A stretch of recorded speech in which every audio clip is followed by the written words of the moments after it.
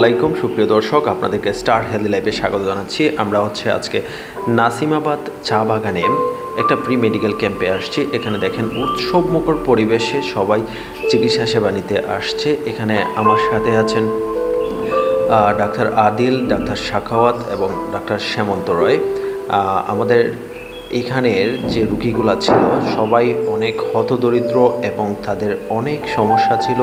তারা অনেক পুষ্টিহীনতায় ভুগছেন এবং আধুনিক অনেক সেবা থেকে তারা বঞ্চিত। জীবনযাপনের মান অনেক নিম্নে। এই লোকগুলি খুবই আনন্দের সাথে আসছে এখানে ফ্রি চিকিৎসা সেবা এবং ওষুধ নিতে। আমাদের সাথে যে ডাক্তারবৃন্দ ছিলেন তারা খুবই আন্তরিক ছিলেন।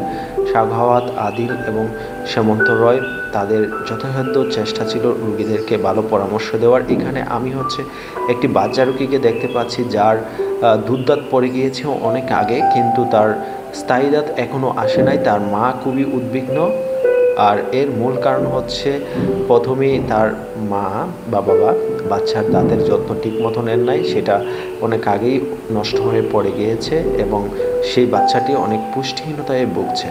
এখন তাদের করণীয় এই জায়গা দিয়ে খাবার চিবিয়ে খাবে।